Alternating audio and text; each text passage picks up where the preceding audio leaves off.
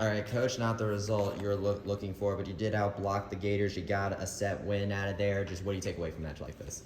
Yeah, we went into this match knowing that we were going to be out physical. You know, the level of physicality and athleticism is one of the top in the nation year in and year out.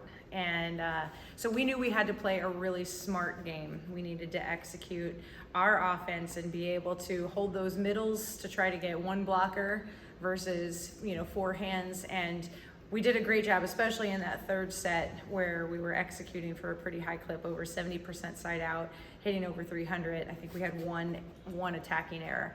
And so I think there were pieces kind of throughout that I thought we could take away from and made us competitive. And I really appreciated our composure. Even after being down 2-0, we could have easily folded. Solid kill day for Ava and Alexia on this one this time around.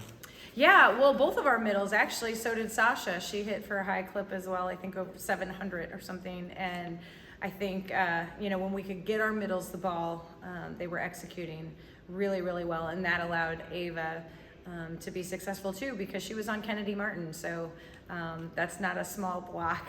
And so Ava had to reach, but we knew that with her length that she had the opportunity to do that. And she did a really good job of utilizing the block as much as hitting high, over it even. Also saw some late runs there in the sets, even if you were down a bit. Yeah, there were times, even though we didn't expect to get many aces, they're a great, solid passing team. We gave them trouble and we made them predictable. And that's really what we were trying to do. A little higher at times, in those big arenas. They executed really well behind the service line and got us too many times on the ace side of things. But there were definitely some moments and some point scoring runs that we made, and it was because of our serve and how effective we were being. Aces have been pretty down over the course of this season as opposed to last season. When you look at that type of situation, how do you take that as a coach, and how do you go into these last two matches and then beyond? Well, I think there's times that you really want to go for it, and you can deal with errors. We were just getting so high in errors, we needed to dial it back a little bit. But if you serve cupcakes, these teams, have too many weapons to throw at you. So there's that risk reward that we're always gambling with, and just understanding which teams we can afford more risk with. This is not a team that we could risk so high that we just didn't even give ourselves a chance.